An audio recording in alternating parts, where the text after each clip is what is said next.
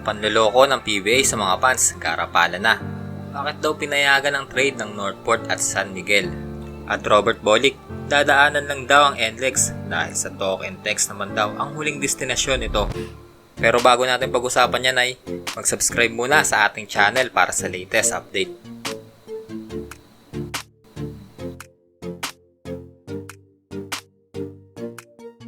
Ayan na, mga fans, nagwala dahil sa nangyaring trade kahapon between NLEX Road Warriors, Northport Batang Pair at San Miguel Beermen.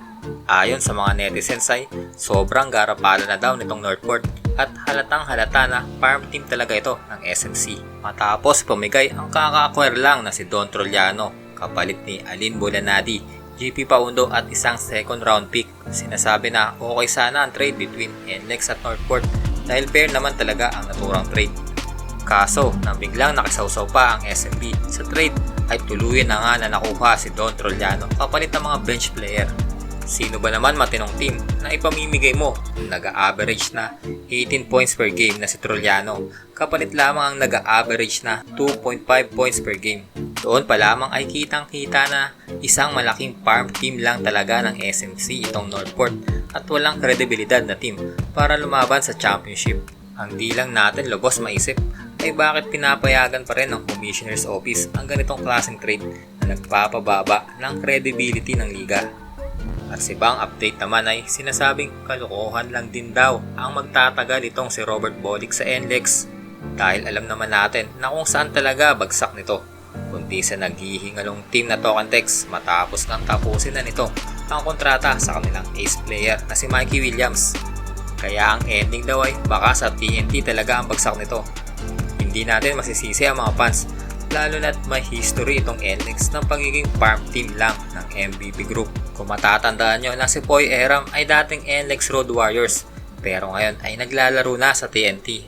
Ganon din si Calvin Optana kung saan maganda ang pinapakita noon sa NLEX ay magtataka ka na bigla na lang bibitawan at mapupunta rin sa paboritong team ni MVP na Tropang Giga. Parang ang naisip ko parang here we go again. Here we go again. Parang we've seen that with Poy Eram. We've seen that with the draft pick that turned out to be Mikey Williams. We've seen that with Optana, di ba? Lahat yan, they were from NLEX. They got, I think, they got Poy Eram from Blackwater, di ba? No? Yeah. And then they both got both Mikey and Optana through the draft, and look where they are now, di ba? So, maganda yung nakausap mo dahil parang sinasabi niya, now the highest leadership of the MVP Group believes that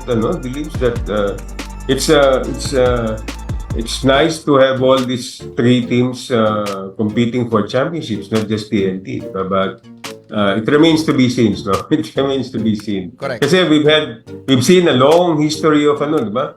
Mga akusasyon nga ng mga fans sa mga comment sections natin, parang sinasabi, parang ginawang daw, di ba? Ginawang farm team daw ng MVP Group yung NLEX, but I hope not. But it still remains to be seen. Kaya marami na rin ang nawawala ng gana sa mga ganitong klaseng loophole na trade na pinapayagan ng ating magaling na commissioner na si Willie Marshall. Sa tingin nyo guys, pabor ba kayo sa nangyayaring trade o pinaglolo ko lang kayo ng mga team na to sa PBA? Just comment below kung ano masasabi nyo tungkol dito. Thanks for watching. Peace!